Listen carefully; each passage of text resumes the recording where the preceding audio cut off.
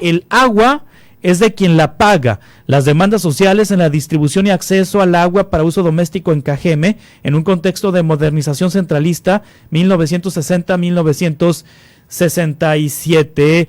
Maestro César Sánchez, buenos días, ¿cómo está? Muy buenos días, Juan. Me encuentro muy bien. Espero que también te encuentres tú de la mejor forma posible. Muchas gracias, maestro. Estamos hablando de hace 50 años, más de 50 años ya, de esta situación. Quiere decir que las broncas del agua no son de hace 10 años, no son de este año, no son de hace 5 años. ¿Vienen de décadas y décadas hacia atrás? Sí, incluso, bueno, estamos en un contexto de 60 años ya, ¿no?, del tema de investigación, pero los problemas vienen incluso desde mucho antes, vienen desde, bueno, podemos decir 1917, pero vienen incluso desde la etapa de Porfirio Díaz, ¿no? Esos son problemas muy antiguos en nuestra sociedad mexicana. Sí, ¿qué problema más antiguo desde la época de Porfirio Díaz hay con el tema, con el asunto del agua? Por ejemplo, hay algo que nos llama la atención de esta temática, es que bueno, hay que entender que de por sí siglo XIX es muy problemático para México. Es con Porfirio Díaz que comienza a surgir la idea de hay que llevar el agua potable a todas las ciudades de México, ¿no? Pero con varios conflictos, como son en su momento la Revolución Mexicana, pues se detienen todos los proyectos de agua en el país, ¿no? Al menos los que se estaban empezando a estructurar en el centro.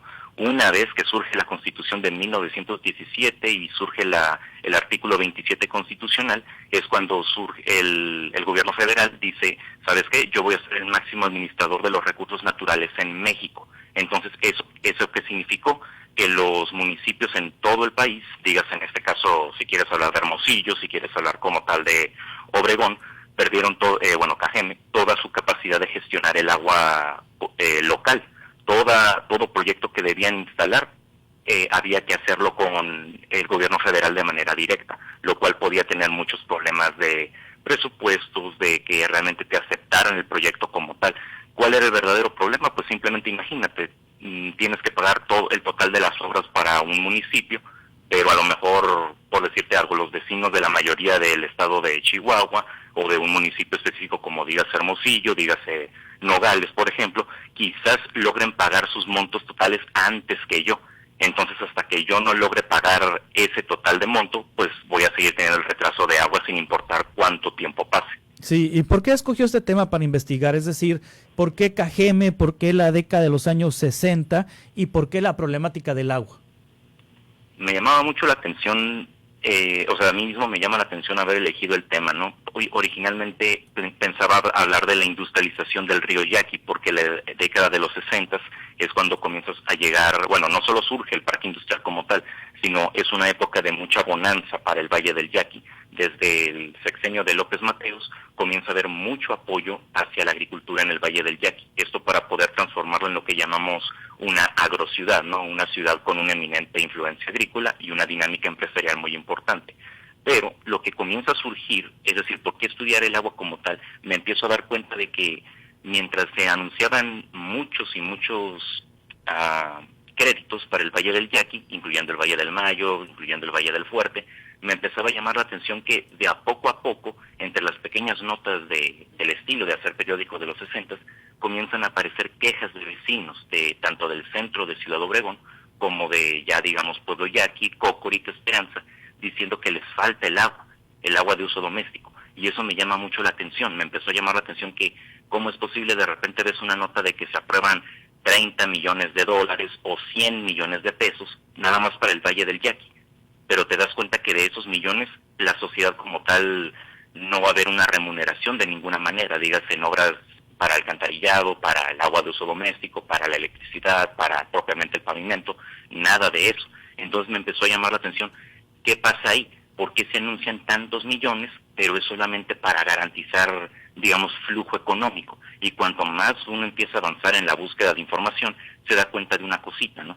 El centralismo como tal, el centralismo del agua, ejercía más bien tanto poder el gobierno federal como máximo administrador del agua en México, que lo que comenzó a surgir fue que solo había una garantía. Tienes que pagar toda el agua, entonces todas las obras que yo te estoy pidiendo, entonces ahí te voy a dar la instalación de las tuberías. Y fue cuando me di cuenta de que lo mínimo de ese problema es comprender cuánto están industria, sino realmente cómo esta forma de hacer política le afecta directamente a la sociedad. Solo para resumirlo más preciso, uno se da cuenta de que no importa quién llegue al Valle del Yaqui, no importa qué empresario llegue, no importa qué banquero llegue al Valle del Yaqui, al final de cuentas la sociedad está prácticamente por su cuenta para cubrir el total de las obras de instalación de tuberías. Y podríamos decir, por ejemplo, la colonia Plan Oriente podía tener a lo mejor un presupuesto de, por decirte algo, 30,000 pesos, ¿no? Pero Sí. a lo mejor no son el 100% de los vecinos los que tienen que acceder al agua, a lo mejor son solo, por decirte algo, 5 o 10 hogares. Imagina todo lo que tardaría en esos 5 o 10 hogares en reunir 30,000 pesos de hace 60 años. Entonces hay que ir comprendiendo ese tipo de detallitos sobre la forma de hacer política. En cambio, para la industria privada es un tanto interesante ver que de repente el propio López Mateos, en una entrevista de mayo del 62, dice, en una reunión, dice, tenemos que apoyar a la industria privada con un presupuesto de hasta 20,000 millones de pesos. Y eso solamente para que la industria surja como una economía emergente en México. Y en el caso de la sociedad es de llamar la atención que, bueno, simplemente estabas abandonado a tu suerte. Lo que te decía la institución era, tú págame el total de las obras y no hay otra manera de obtener agua. Sí. Es lo interesante de este tema. Es un contrasentido porque la cuenca del río Yaqui que abastece a Ciudad Obregón es una cuenca rica, es una cuenca abundante, tiene mucha agua que viene de Chihuahua y corre por el río Yaqui. Y entonces los cajemenses, los habitantes de Ciudad Obregón, han padecido la escasez del líquido a pesar de vivir en una zona privilegiada por la cantidad de agua que hay en la cuenca. Entonces, ahora reflexiono y me parece hasta lógico cómo reacciona el habitante de Ciudad Obregón cuando se trata el tema del agua. Pues reacciona prácticamente pintándose la cara de guerra, ¿no? Sí, de hecho, también es, más que nada, hay que entender por qué surgen estos conflictos directamente de una forma histórica, y hay que comprenderlos como quien dice, ¿no? Nada es por un imprevisto. Y si hablamos directamente de la época de los 60, hay que entender que ya de por sí estamos hablando de la época en que surge el milagro mexicano, ¿no? Estamos en plena etapa de crecimiento económico de México durante la segunda mitad del siglo XX.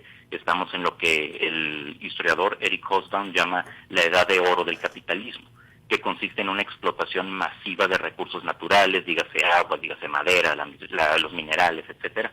Hay que entender que si hay un motivo por el que, a pesar de que hay tanta agua en el río Yaqui, hay que entender que desde un principio lo estaban viendo con una visión industrial, una visión meramente empresarial. Entonces, para la cuestión social, no es tanto que quisieran mantenerlos por un lado, por decirlo así, sino lo que buscaban era como una lógica de inversión. Yo te puedo prometer como tal darte el acceso al agua potable, ¿no? Al agua de uso doméstico por medio de una tubería. Lo interesante de ver aquí es que la propia gente comienza a darse cuenta de que ellos son responsables de pagar todas esas obras. O sea, al gobierno lo que le interesa es ver remuneración por lo que van a hacer, porque un problema muy marcado es que realmente no había un cobro por el uso del agua o la instalación del agua. Llama mucho la atención. En esos años, en ese mismo tiempo, surge, de hecho, en el periódico, ahí pueden verlo en la década de los 60, en marzo del 60, si no me equivoco, aparece Alfredo del Mazo, el abuelo del actual gobernador del Estado de México, que era el secretario de Recursos Hidráulicos, prácticamente regañando al entonces presidente de Navojoa, diciéndole, usted no tiene por qué regalar el agua. Y no es tanto que no regalar el agua, sino como tal no existía una política que se encargara de cobrar por el uso y mantenimiento del servicio del agua de uso doméstico. Entonces, lo que comienza a hacer el propio Del Mazo, o comienza a surgir con López Mateos, es como querer concientizar a la gente de que el agua es un recurso, que el agua realmente, al final de cuentas, de recurso se convierte en servicio, y un servicio como tal lo debes de pagar. Pero uno comienza a ver todas las facilidades que le dan a la industria, y de repente como que uno dice, ¿dónde está la lógica, no? O sea, de repente está creciendo el campo, están creciendo las industrias, están creciendo las empresas, pero la población de repente como que dicen, espérate, tiene que dejar de crecer la población porque si no, no me van a estar pagando el mantenimiento del agua. Y eso se convierte en una problemática muy fuerte durante el siglo XX. Es por eso que de 1989 a la fecha, apenas 31 años, que los municipios recuperaron su autoridad como gestores del agua en sus respectivos territorios. Pero esto no significa para nada que realmente los problemas estén a punto de resolverse. Lo que hay que comprender es que había tanta lógica empresarial y lógica de mercado envuelto en la forma de administrar el agua, que si hablamos directamente de la sociedad, las facultades del gobierno federal pues se ven rebasadas muy rápido, porque ya solo para cerrar el comentario, tenemos el caso, por ejemplo, de Plan Oriente, que es el barrio original de Ciudad Obregón, el que le da vida a Ciudad Obregón, y es de llamar la atención que ellos mismos dicen, algunos vecinos, que declaran en periódicos. Desde 1957 y 1958 tenemos nosotros nuestras quejas ante la Secretaría de Recursos Hidráulicos, y para el momento de esa nota es 1965, y todavía termina mi periodo de estudio en 1967, y tienes gente que todavía no tiene el acceso al agua de uso doméstico. Entonces trata de pensar una década completa sin agua en tu casa, teniendo que ir a un pozo cercano, pedirle a un vecino, ir por tandeos todos los días, y con los estragos que hace el calor, ¿no? El calor de un valle, sobre todo el calor aquí en Sonora. Entonces hay que desarrollar también un poquito de empatía en ese aspecto, de por qué realmente esta temática no solo importa hoy, ¿no? Importa de siempre, o sea, sí. Como todavía siendo 2020, te puedes ir a comunidades o colonias incluso que estén alejadas del centro urbano, y pues realmente es una grosería ver que el acceso o el servicio de agua de uso doméstica realmente es muy precario todavía en la actualidad. Ahora finalmente César Edmundo Sánchez Coronado, egresado de la maestría en Ciencias Sociales por el Colegio de Sonora, esta investigación, ¿qué lecciones deja a quienes ahora diseñan políticas públicas y administran políticas públicas en materia de agua potable? Nos deja muchas lecciones, principalmente para el presente, porque como dije ahorita, si apenas hace 31 años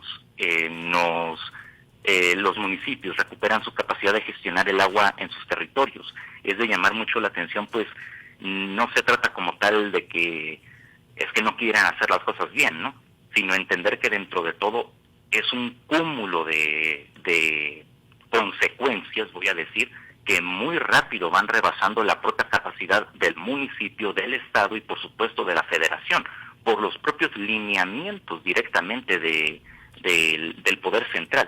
O sea, es muy interesante ver cómo ese trabajo realmente permite abrir un abanico de reflexiones para incluso, vamos a decir, repensar lo que hoy llamamos nación como tal. Porque a lo mejor se ve como algo muy simple, como algo muy apartado el agua de uso doméstico de, dígase, la minería, las grandes empresas, la infraestructura, etcétera. Pero cuando uno se empieza a buscarle, pues como que el agua termina siendo el sentido de casi todo, ¿no?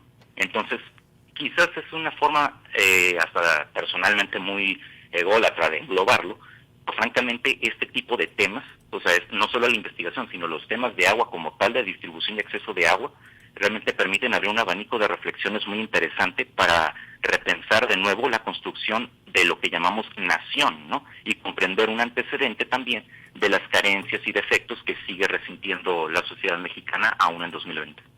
Pues le agradezco mucho, César Edmundo Sánchez Coronado, que nos haya compartido esta investigación. ¿Dónde podemos encontrar esta tesis? ¿Dónde la podemos leer si alguien quiere consultarla? En este momento la pueden consultar, a falta también de la cuestión de pandemia por el acceso a biblioteca, pero se puede consultar en la biblioteca Gerardo Cornejo del Colegio de Sonora. Muy bien, muchas gracias, maestro, estaremos en contacto.